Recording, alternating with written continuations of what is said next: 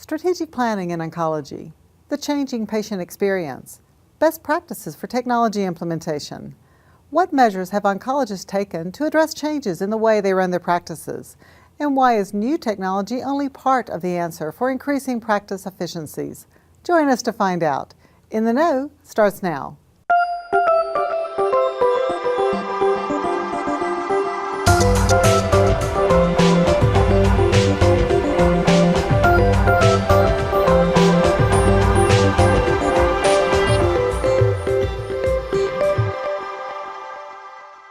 Hello and welcome to In the Know, your source for insight and analysis on the issues that matter to our dynamic healthcare market.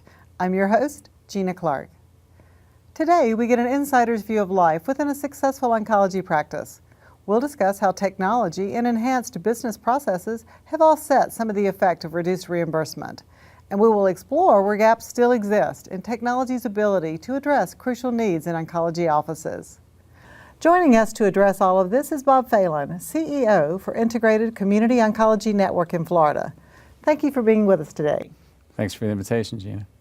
Let's start by setting the stage for our discussion today. Bob, tell us a little bit about your practice. How large is it? How many patients do you see? And what services do you offer? Well, the Integrated Community Oncology is a multi-specialty practice in Jacksonville, Florida. We have over 30 medical oncologists in the practice. We have 20 radiation oncologists in the practice. We have about 15 urologists in the practice, and we also have a diagnostic imaging service that has 4 radiologists that work in our network as well. I'm sure overall reductions in reimbursement have affected your practice, just as it has touched the entire oncology industry. To what extent has your practice been impacted by this trend? Well, you know, the changes in reimbursement have been significant for all the practices across the country. We have studied that at great length in our practice. Those compressions are coming from a multitude of different angles and directions. Primarily, it's coming to us in the area of managed care. We're seeing the managed care reductions, and the changes that have happened in reimbursement from Medicare have caused a great deal of that reimbursement change for us.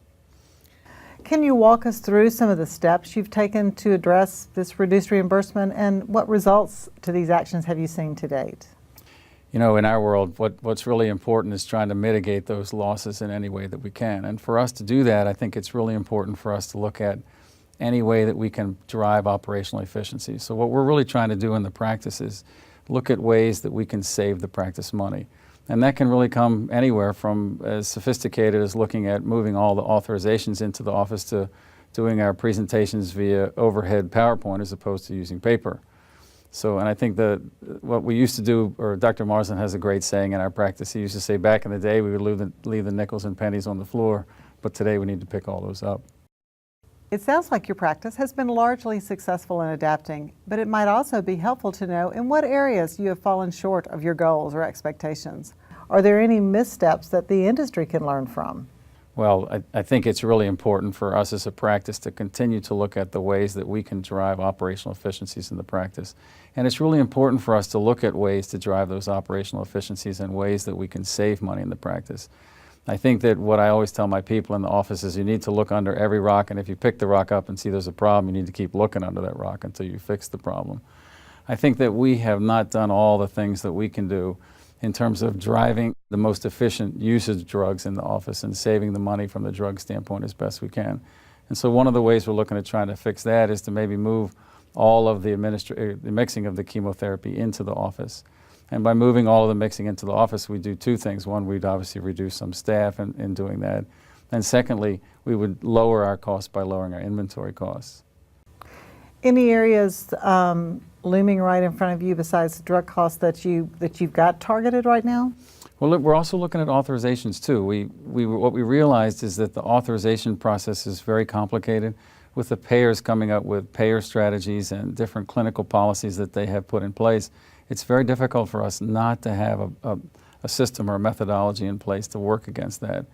And so what we have discovered when we went back and looked is that like over the past year in one of our practices, we had losses that amounted to over $200,000 because the authorization process wasn't in place correctly. Those losses are significant for the practice. What I think is more significant, though, you know, in the world of reimbursement from an operational standpoint, we've been very successful at operationalizing things and driving our collection processes in a good direction. What we're not doing very well right now, at least I don't think, is looking at those clinical pieces that we need to do and driving those in a more efficient way. The time it takes the patient, let's say, to have his labs drawn, can we standardize that through our practices and have that done? The way that we give the chemotherapy in all the offices, are we using the same bag, the same method? Are we doing an IV push in those situations where we can? I think it's really critical for us to go back and look at those things that we haven't looked at in the practice from a clinical standpoint.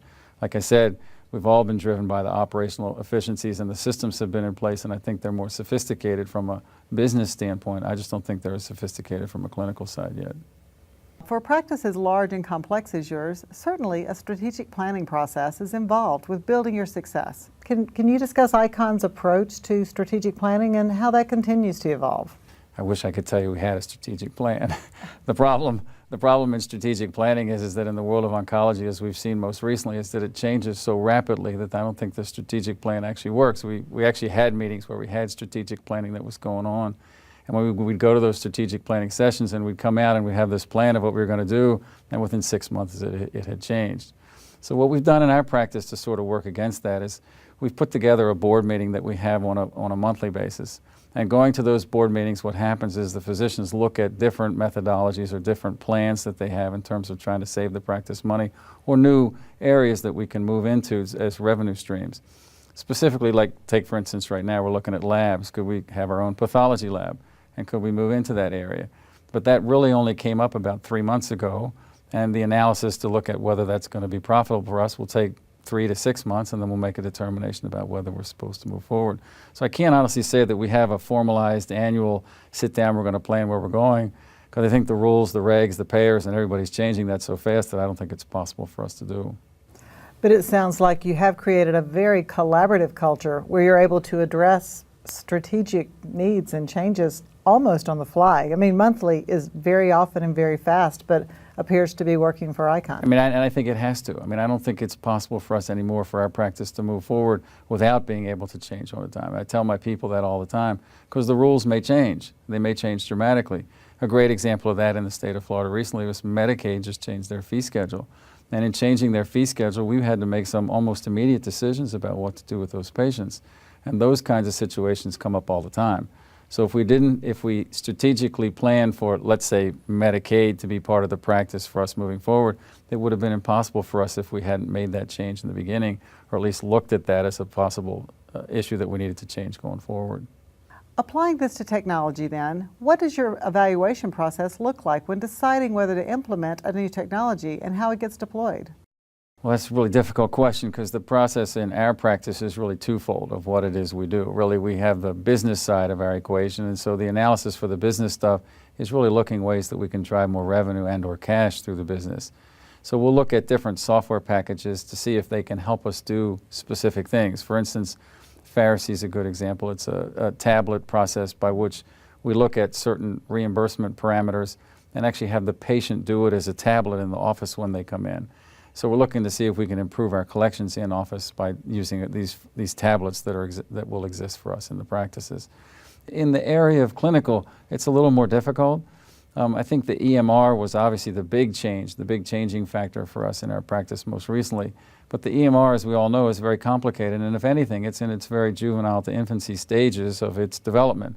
You know, it's like you want it to be this grown-up adolescent or this, young adult that's able and viable that can really do a lot of things for us in the practice. But sadly, the EMR, I don't think any of the EMRs have that capacity right now.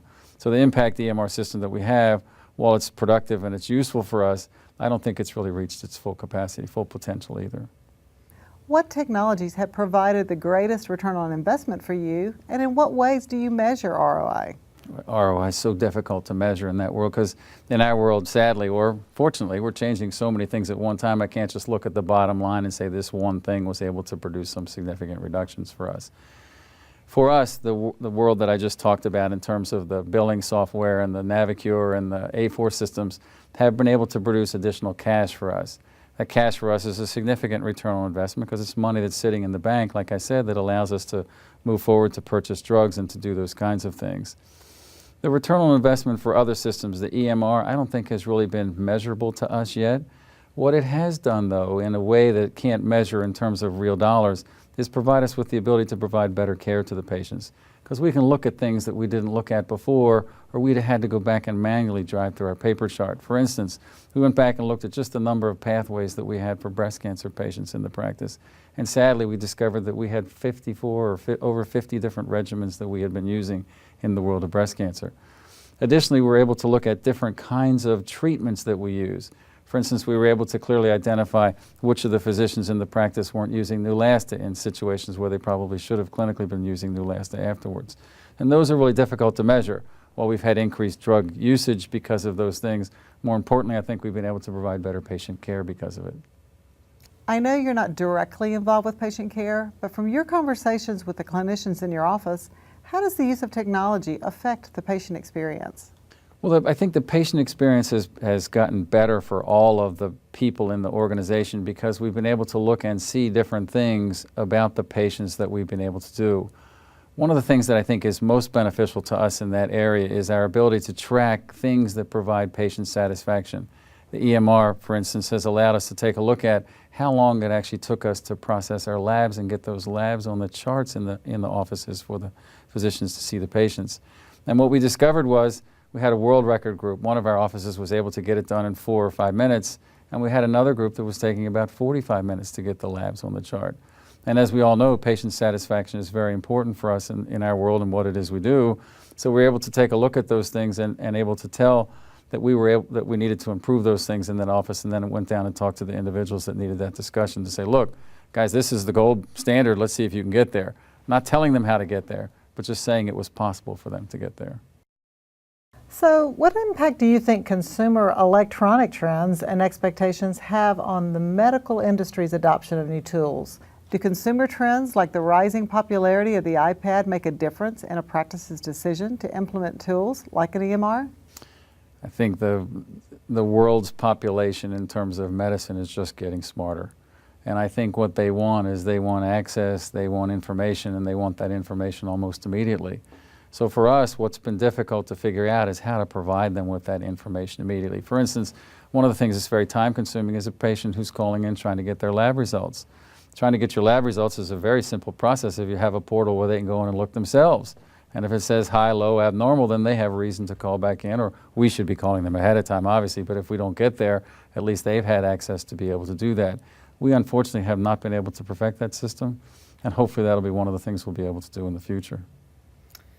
So in what areas can practice-facing technologies improve? You've talked about, how that would benefit a patient. So related to other function, usability, speed, are there other areas that would be very important to the patient experience in your thoughts? Well, I think what's happening in the world of technology is that there is more and better technology that's coming. For instance, there is now technology that you can use with your phone. You can actually link your phone up in a way that you can have heart monitors, and certain cardiac patients are actually now using these kinds of systems so that they can monitor their EKGs, their blood pressure, their pulse. If they have arrhythmias, they can actually record that strip in their phone and send it automatically to their physician. It'd be wonderful in the world of oncology if we had those kinds of mechanisms in place too, having bad symptoms, having fever, the kinds of things that would happen after they get chemotherapy. It would be really important if we had that immediate access, which I think would save not just the practice, but society as a whole a great deal of money, because instead of having the patients go to the ER, maybe we'd be able to have them come in the office more quickly and be treated for some things that are urgent and some things that maybe not. Bob, thanks so much for your insight and candor today. I'm looking forward to getting your thoughts on payer relations in part 2 of our discussion. I'm looking forward to it myself. And thank you for joining us. Come back to knowledgedriven.com in a couple of weeks to see part 2 of our discussion with ICON's Bob Phelan. Until then, if it's on your mind, it's in the know.